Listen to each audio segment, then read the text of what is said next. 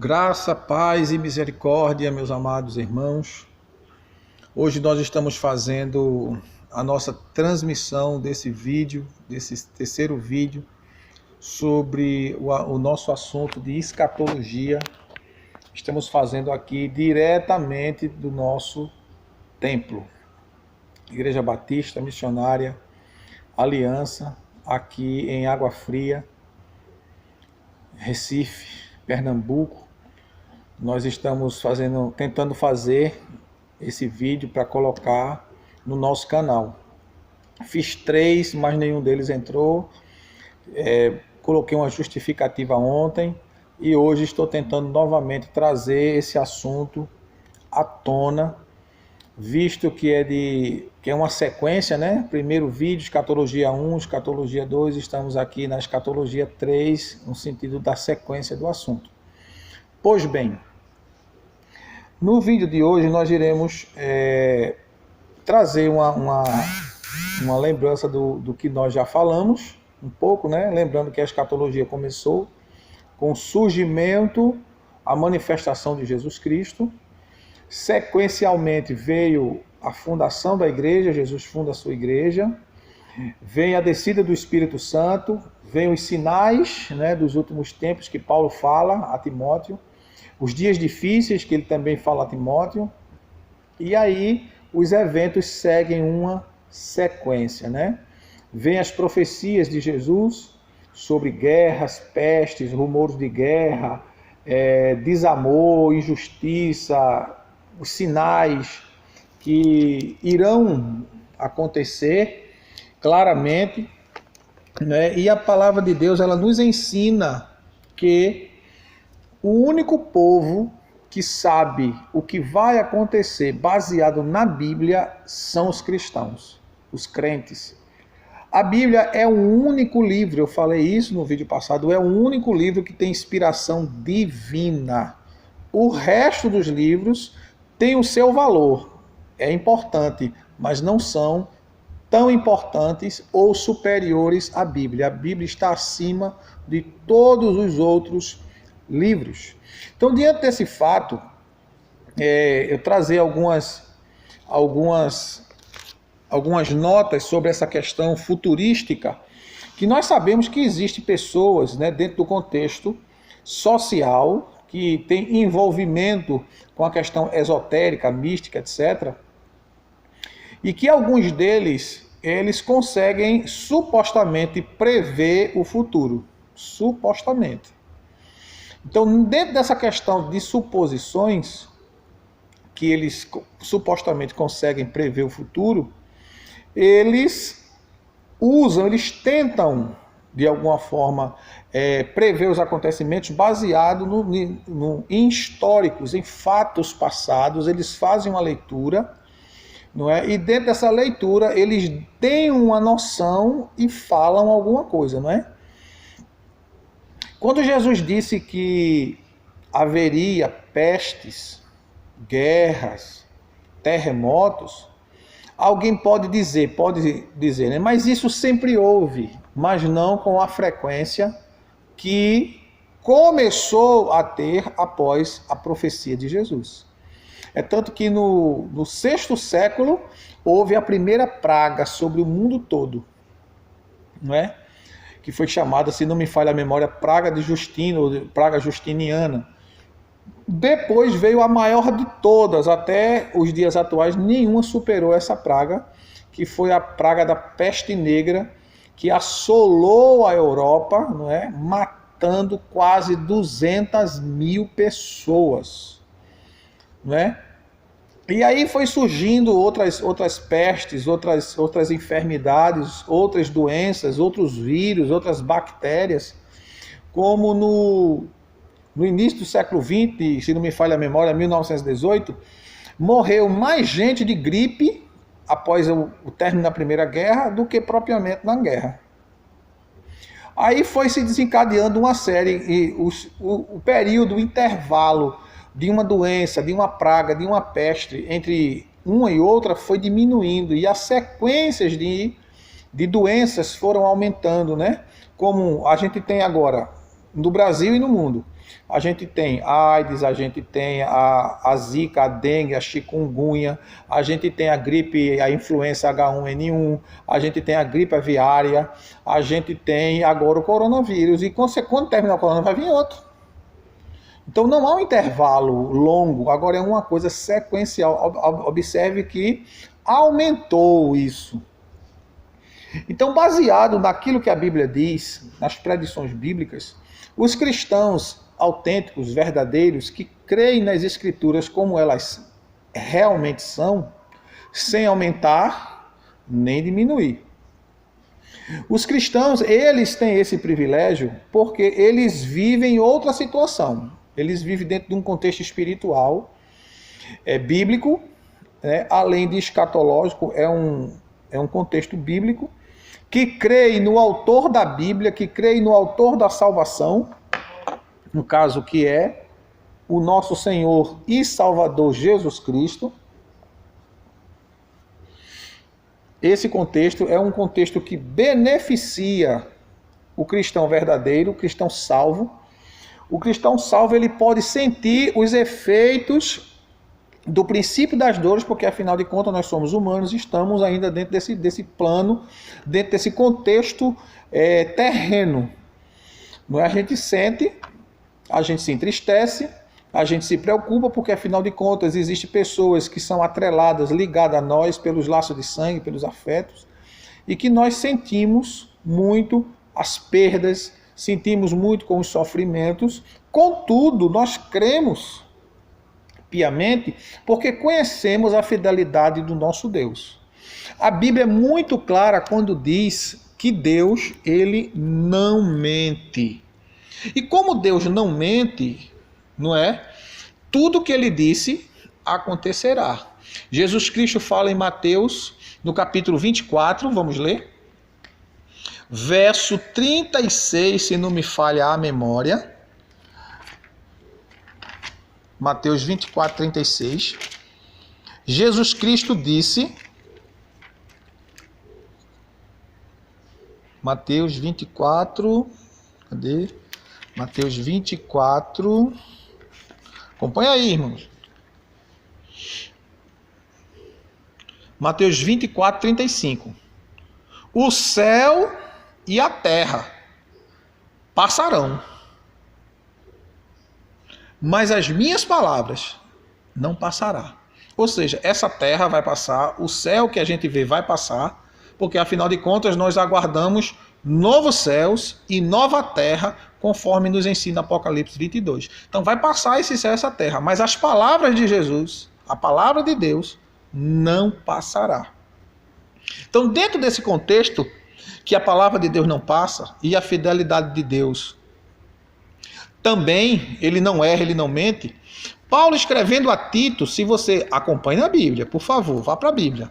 Capítulo 1 da carta do apóstolo Paulo a Tito, ele diz, vamos começar do versículo 1, né? Tito, capítulo 1, verso 1 e 2. Paulo, servo de Deus e apóstolo de Jesus Cristo, segundo a fé dos eleitos de Deus e o pleno conhecimento da verdade, que é segundo a piedade, na esperança da vida eterna, a qual Deus, que não pode mentir, prometeu antes dos tempos eternos. Então Deus não pode mentir. Como ele não mente, tudo que está escrito na Bíblia se cumprirá. Ainda no livro de Hebreus, no capítulo 6, por favor, leia, acompanhe aí com a sua Bíblia. O capítulo é o 6, não é? E o versículo é o 18. 6 e 18 da carta. Vamos começar do versículo 13, do versículo 13, que é uma narrativa espetacular. Capítulo 6, verso 13 do livro de Hebreus, até o versículo 20. Hebreus, capítulo 6, verso 13 ao 20. Quando Deus fez a promessa a Abraão, como não tinha outro maior por quem jurasse, jurou por si mesmo, dizendo: certamente te abençoarei e multiplicarei. E assim, tendo Abraão esperado com paciência, alcançou a promessa. Os homens juram por quem lhes é superior, e o juramento para confirmação é para eles o fim de toda a contenda. Assim que, querendo Deus mostrar mais abundantemente aos herdeiros da promessa a imutabilidade, que Deus não muda, a imutabilidade do seu conselho, se interpôs com juramento. Deus fez isso para que por duas coisas imutáveis, nas quais é impossível que Deus minta, tenhamos forte consolação, nós os que nos refugiamos em lançar mão da esperança proposta. Temos essa consolação como âncora da alma, como segurança da alma, como firmeza da alma, segura e firme, que penetra até o interior do véu, onde Jesus, como precursor, entrou por nós, feito sumo sacerdote para sempre, segundo a ordem de Melquisedeque. Então eu li todos esses textos para você entender o contexto do versículo 18, que Deus havia dito a Abraão, tinha feito uma promessa a Abraão, e dentro dessa promessa, para que Abraão não duvidasse, Deus não tinha por quem jurar, jurou por ele mesmo, porque só ele não falha, só ele não erra, só ele é digno de toda confiança, de todo crédito. Então, partindo disso, a igreja, os cristãos, são os únicos que têm esta certeza da fidelidade de Deus. Deus não erra, Deus não falha. Então, dentro desse contexto, meus amados irmãos, nós temos a certeza do que está acontecendo e do que ainda vai acontecer. Lembrando aos irmãos que Apocalipse ainda não começou a acontecer. Isso que nós estamos vendo de uma forma mais frequente são os sinais, são os princípios das dores da qual Jesus fala em Mateus 24, não é? Quando Jesus traz toda à tona, todas as questões que vão acontecer na terra, todas as questões que vão acontecer entre nós, os homens, quando ele fala da injustiça social, não é? Mas também existem outros sinais que eu quero também citar para vocês aqui, que Lucas falou também, não é? O evangelista Lucas fala lá no capítulo 21 de Lucas, a partir do versículo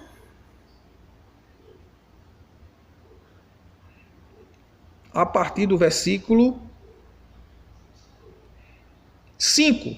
Lucas 21:5.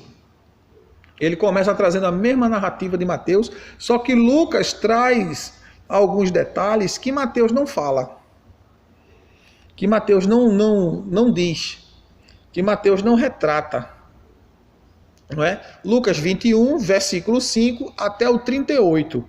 Você vai anotar para ler, mas eu vou ler apenas aqui alguns versículos para que vocês tenham ideia de onde vai se manifestar também os sinais. Que não será só as enfermidades, as doenças, mas também haverá sinais nos elementares do universo. Não é? Versículo 25 do capítulo 21 de Lucas diz: haverá sinais no sol, na lua e nas estrelas. Na terra, as nações ficarão angustiadas e perplexas pelo bramido, pelo rugido do mar e das ondas. Versículo 26. Os homens desmaiarão de terror na expectativa das coisas que acontecerão ao mundo, pois os corpos celestes serão abalados. Então Lucas fala isso, Mateus traz, mas não traz esse pequeno detalhe que Lucas fala, não é?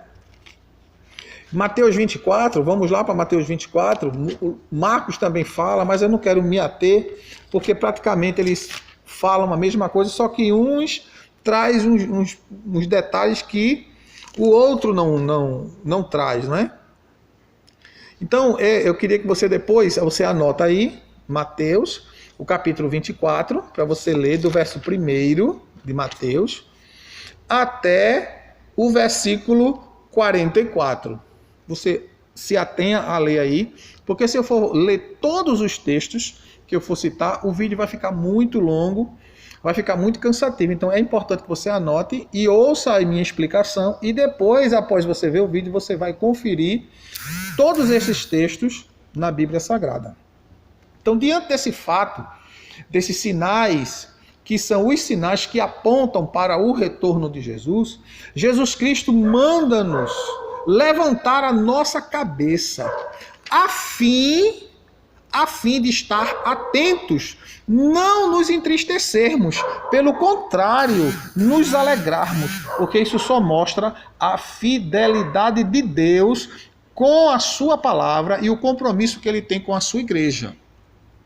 Lembrando, meus irmãos, que estes sinais, eles servem para que a igreja desperte, para que a igreja olhe, para que a igreja ore, para que a igreja busque, para que a igreja se una em oração, em uma vida de santidade, em uma vida de comunhão, de harmonia entre todos.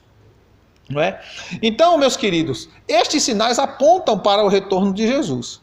Aí tem uma pergunta que muita gente pergunta, pastor, e quando Jesus vai voltar? Ninguém sabe. Ninguém sabe o dia nem a hora. Mas uma das coisas que vai acontecer na volta de Jesus, na segunda vinda de Jesus, porque a segunda vinda de Jesus é dividida em duas fases. A primeira fase será para a igreja. O arrebatamento será uma vinda súbita, uma vinda pessoal e súbita, será de repente.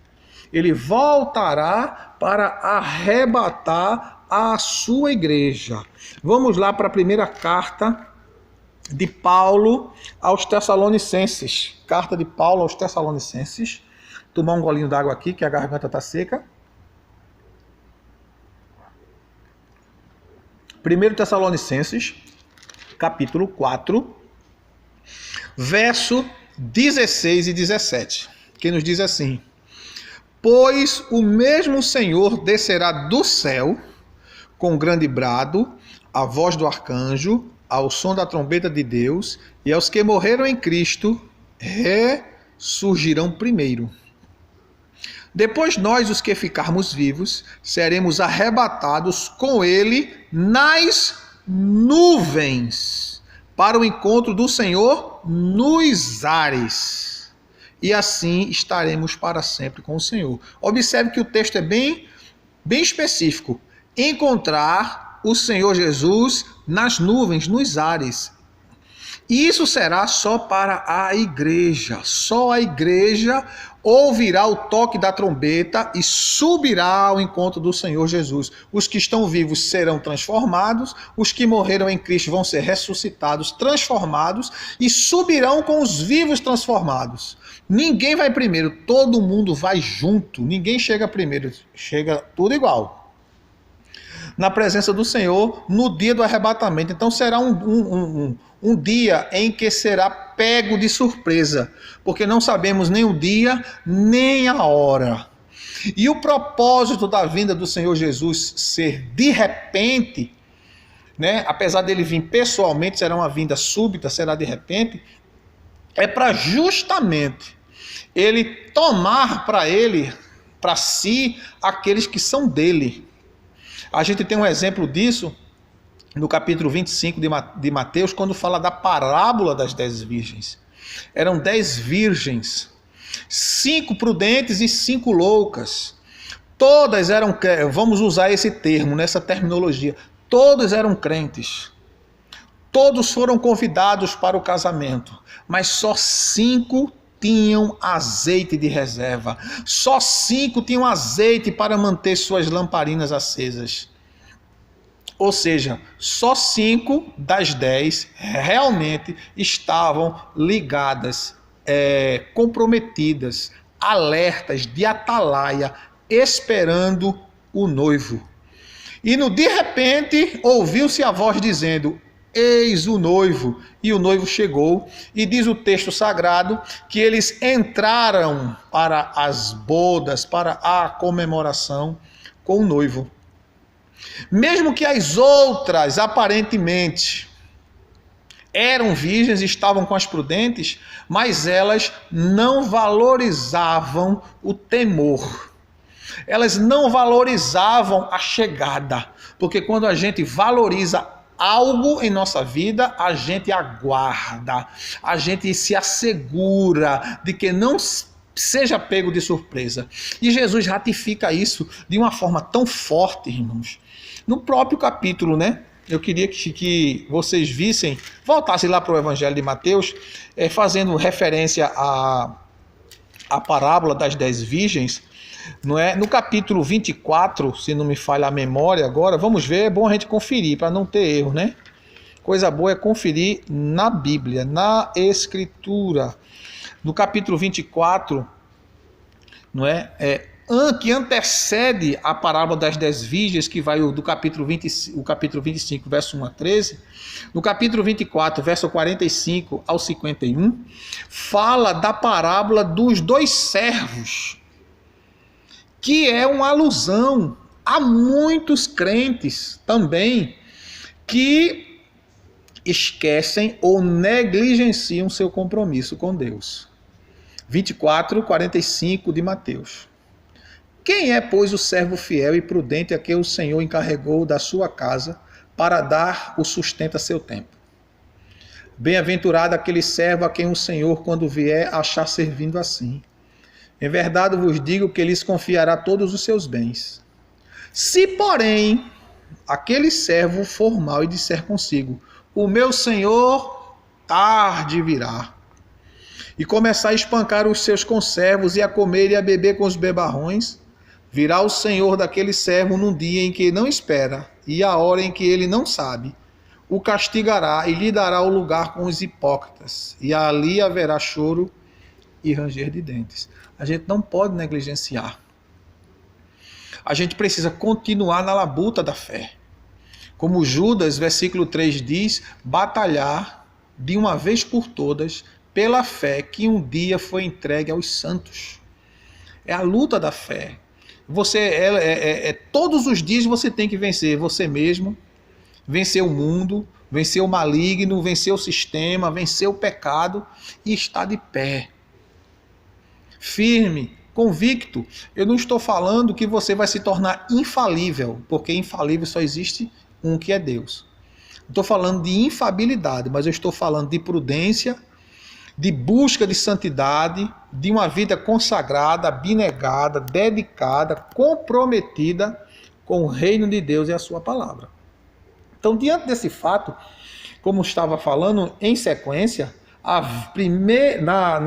na segunda vinda de Jesus, que é dividida em 2 fases, a primeira é o arrebatamento, como a gente leu, 1 Tessalonicenses 4, 16 e 17, ele virá para arrebatar a igreja, e o arrebatamento da igreja ele tem um propósito para Deus, não é? Esse propósito é de livrar a igreja da ira de Deus que será derramada sobre o mundo.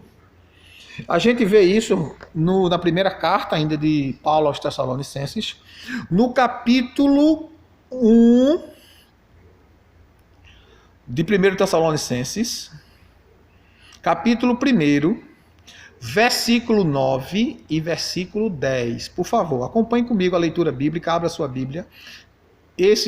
Quando é 2 textos, 3 versículos, dá para a gente ler. Mas quando é muitos versículos, não tem como a gente ler, porque assim se tornaria o vídeo muito longo, mas eu estou citando e você vai conferir na sua casa, ok?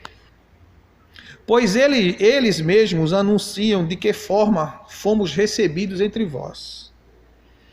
Dize-nos como vos convertestes dos ídolos a Deus, para servirdes o Deus vivo e verdadeiro, e aguardardes dos céus a seu Filho, a quem ele ressuscitou dentre os mortos, a saber, Jesus, que nos livrará da ira vindoura. Então, o arrebatamento Jesus voltará para nos livrar da ira vindoura que será derramada sobre a terra. Ainda no livro de Tessalonicenses, o capítulo 5 e o versículo 9, Paulo ele dá novamente a ênfase que Deus ele não nos destinou para a ira, 5 e 9 de 1 Tessalonicenses, mas para a salvação por nosso Senhor Jesus Cristo. Deus não nos destinou para a ira. Por quê? Porque nós já saímos debaixo da ira de Deus. Quando nós não servíamos a Deus, nós estávamos debaixo da ira de Deus, como Paulo diz na carta aos Efésios, no capítulo 2, verso 1 a 3, e no versículo 3 ele diz que nós éramos por natureza filhos da ira de Deus, porque andávamos fazendo a vontade da carne e dos pensamentos. E isso nos fazia estar debaixo da ira de Deus. Mas quando nós recebemos a Jesus, quando nós entregamos a nossa vida a Jesus, quando nós cremos naquilo que Jesus fez na cruz do Calvário, a Bíblia diz que nós fomos justificados pela fé no sacrifício de Jesus, Romanos 5 e 1. E a nossa fé naquilo que Jesus fez nos tira debaixo da ira de Deus, nos torna filhos de Deus, absolvidos de toda a condenação, como diz Romanos capítulo 8, verso 1, portanto agora nenhuma condenação há para os que estão em Cristo Jesus, que não andam mais segundo a carne. Então nós saímos debaixo da ira de Deus.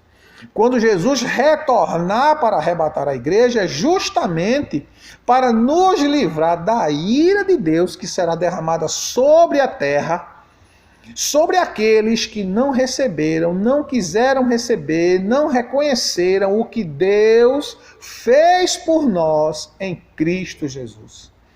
Porque a vontade de Deus não é que nenhum homem se perca, é que todos sejam salvos. 1 Timóteo capítulo 2, verso 4 e 5. Porque esta é a vontade de Deus, que todos os homens sejam salvos e venham ao conhecimento da verdade. Porque só há um mediador entre Deus e os homens, Cristo Jesus, homem.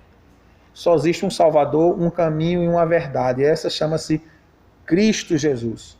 Então, diante desse contexto, a volta de Jesus vai tirar a igreja para poupá-la da grande tribulação que será derramada sobre a terra.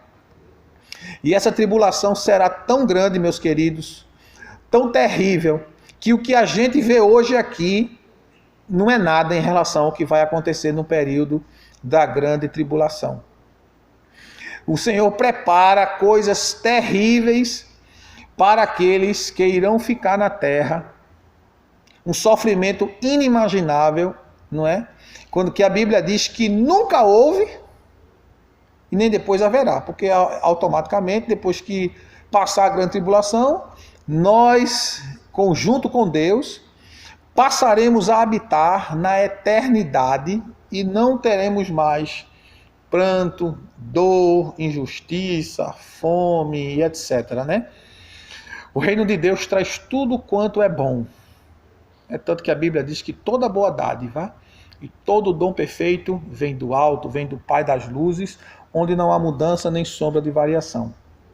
Pois bem, dentro desse contexto da segunda vinda de Jesus, a primeira fase é chamada de arrebatamento, que virá para a igreja. A segunda fase, que Jesus voltará, ele virá pessoalmente a esta terra.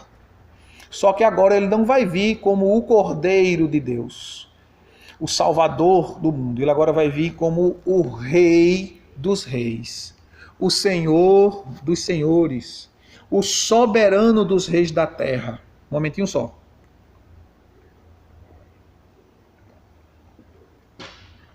O soberano dos reis da terra. Ele virá para livrar a nação de Israel. É uma profecia bíblica que está lá no capítulo 12, verso 9 e 10 do livro do profeta Zacarias. Porque justamente acontece o arrebatamento da igreja, e quando acontecer o arrebatamento da igreja, enquanto a igreja gozará das bodas do Cordeiro nos céus com Deus, a terra entrará em processo de grande tribulação. E a Bíblia chama a grande tribulação como também o tempo de angústia de Jacó, onde Deus vai tratar com o mundo e também vai tratar diretamente com Israel. Nesse período vai surgir um dos maiores personagens deste período, desse momento de ira de Deus sobre a terra, chamado Anticristo. O Anticristo surgirá e irá trazer uma falsa paz. Ele vai trazer uma falsa paz. Essa falsa paz, não é? Que ele vai trazer em consequência do arrebatamento, porque o mundo vai ficar em completa turbulência. Imagine, avião caindo, ônibus batendo, carro virando, uma série de acontecimentos, pessoas que sumiram de suas casas, as delegacias entupidas de gente para fazer boletim de ocorrência porque não sabe onde está o pai, a mãe, o irmão, a tia, o filho, a criança e etc. E fora a quantidade de militares, porque existe muito militar cristão, seja das Forças Armadas, seja da Polícia Militar, seja da Polícia Civil, muitos irão sumir. Então o mundo vai entrar em total colapso. Esse homem vai surgir para organizar esse período caótico e vai ser recebido pelo mundo inteiro como um novo líder mundial. Israel o abraçará como o Messias prometido, como diz em Daniel capítulo 9. Só que na metade dos tempos, ou seja, porque a grande tribulação, alguns estudiosos dizem que é 7 anos de grande tribulação. Outros estudiosos dizem que é um período de uma geração, ou seja, de 40 anos. Então há esse impasse entre 7 anos ou 40 anos. Né? Mas o que eu sei, que não tenho dúvida, é que no período, não é, de 1260 dias, como a Bíblia diz, não como alguém acha, 1260 dias são 3 anos e meio. Então nos ensina que a tribulação será de 7 anos, a grande tribulação será de 7 anos de grande tribulação. Nessa primeira fase da grande tribulação, que é chamada de falsa paz, Israel fará um acordo, uma aliança com o Anticristo, recebendo ele como o Messias, o Salvador do mundo, porque haverá harmonia temporária entre judeus, entre Israel e o mundo. Só que quando este homem assumir o controle do mundo, ele vai querer ser adorado como Deus. Porque a religião será ele será o centro do mundo, o centro das religiões, o centro da política, o centro da economia, tudo estará nas mãos dele. Segundo o profeta Daniel diz que esse homem será um gênio militar. Ele vai ter conhecimento de armamento bélico, ele vai ter conhecimento de estratégias militares, esse homem será um poliglota, esse homem será um embaixador mundial, ele falará vários idiomas, é uma pessoa extremamente preparada intelectualmente e politicamente. Vai conhecer de economia, então ele vai trazer soluções aparentemente estáveis. E isso vai seduzir o mundo que estará em um caos emocional por causa do arrebatamento. E o que é que vai acontecer? Israel receberá como Messias, na metade dessa aliança, 3 anos e meio, ele quebrará, ele vai rejeitar a aliança que foi feita, cancelará esta aliança, e a Bíblia diz que o assolador virá sobre as nações contra a nação de Israel. Nesse primeiro período também de grande tribulação, chamada de falsa paz, haverá um período em que o evangelho do reino estará sendo pregado no mundo pelos 144 mil judeus do Apocalipse capítulo 7, verso 1 ao verso 8. 144 mil judeus das 12 tribos de Israel foram selecionados, homens que são eunucos, virgens, que não se casaram, não se contaminaram, mas que foram reservados por Deus para este período da grande tribulação, para que preparasse o mundo inteiro para o surgimento do milênio. Por isso que a Bíblia chama do evangelho do reino, Mateus 24, 14. E este evangelho do reino será pregado em testemunho a todas as nações, então virá o fim. Lembrando que a igreja, ela não participará do fim no sentido de receber castigo ou destruição, mas a igreja participará do fim no sentido como espectadora, porque ela estará ao lado de Deus, ela estará ao lado do Senhor Jesus e o ajudará, não é? As promessas para a igreja, nas cartas escritas às igrejas de Apocalipse, diz que aquele que vencer regerá as nações com vara de ferro. E assim, existem várias promessas para a igreja com Deus durante o reino da eternidade, não é? Então, diante desse fato, os 1260 dias também será um momento de evangelização pelo mundo, onde o mundo saberá o que aconteceu, onde o mundo receberá uma palavra de consolo para voltar-se a Deus. Se bem que haverá muitas pessoas que ficaram, que são filhos de crentes, filhos de cristãos, que foram criados na igreja, que ouviram a palavra, que receberam ensinamento, mas que nunca se firmaram na palavra do Senhor. Muitos desses voltar-se-ão para o Senhor, mas tem um problema: o Espírito Santo não estará aqui para os fortalecer e os conduzir de forma consolada. Porque a Bíblia diz que o Espírito Santo é aquele que nos consola em meio às tribulações. O Espírito Santo não estará aqui.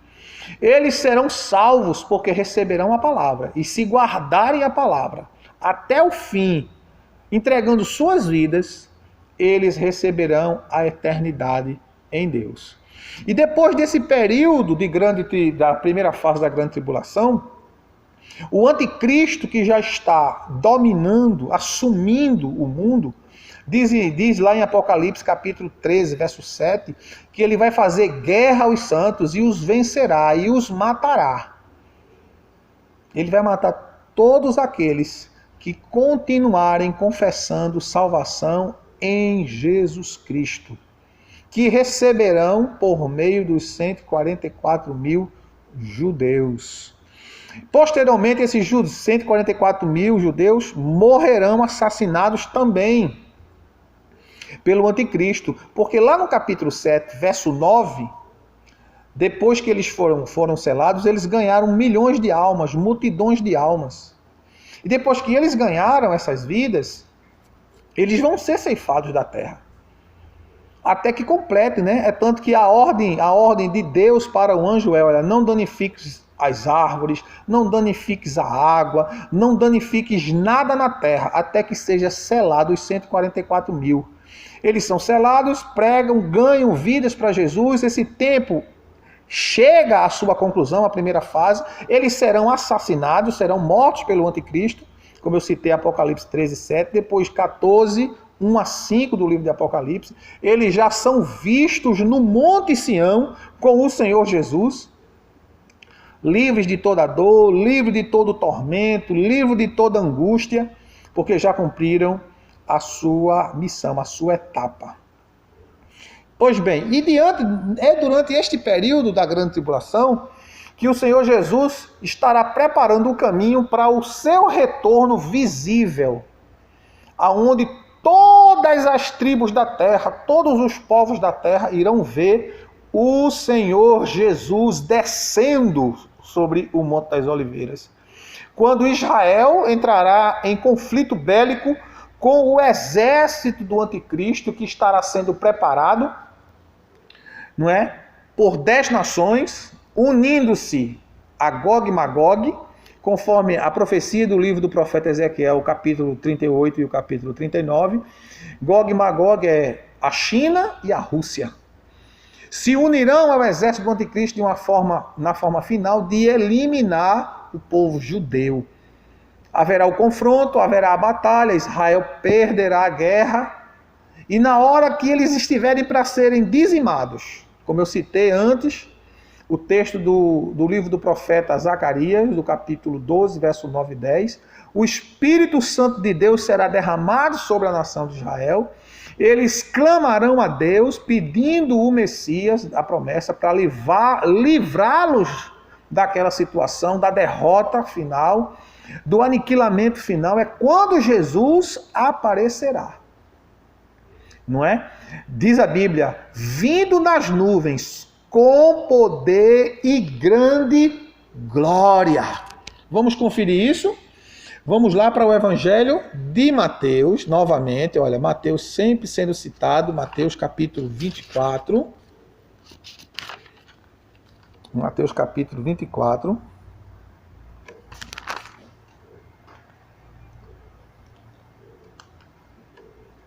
Versículo 30. Mateus 24, 30.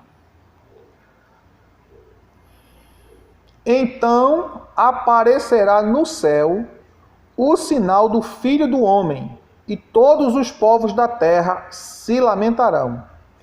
E verão o Filho do Homem vindo sobre as nuvens do céu, com poder e grande glória. Com poder e grande glória. Apocalipse capítulo 1, por favor, versículo 7. Capítulo 1 de Apocalipse, versículo 7. 1 e 7 de Apocalipse. Vede, ele vem com as nuvens, e todo olho o verá, até mesmo os que o transpassaram. Quem foi que transpassou Jesus? Quem foi que crucificou Jesus? É o cumprimento da profecia de Zacarias 12, 9 e 10. Não é? Até mesmo os que o transpassaram, e todas as tribos da terra se lamentarão sobre ele. Vai haver lamento, meu amigo. Vai haver lamento, meu irmão. Então Jesus desce, com a igreja glorificada à sua direita, não é? E diz o texto sagrado de Zacarias, capítulo 14, verso 1 até o verso 5, os 3 capítulos do livro do profeta Zacarias, 12, 13 e 14, falam sobre esse advento da grande tribulação, não é?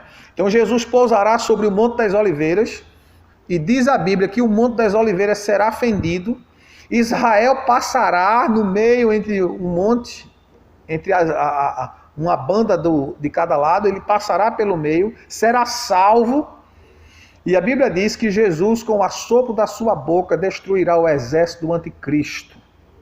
Eu estou falando muito resumido, porque o tempo é curto, amados.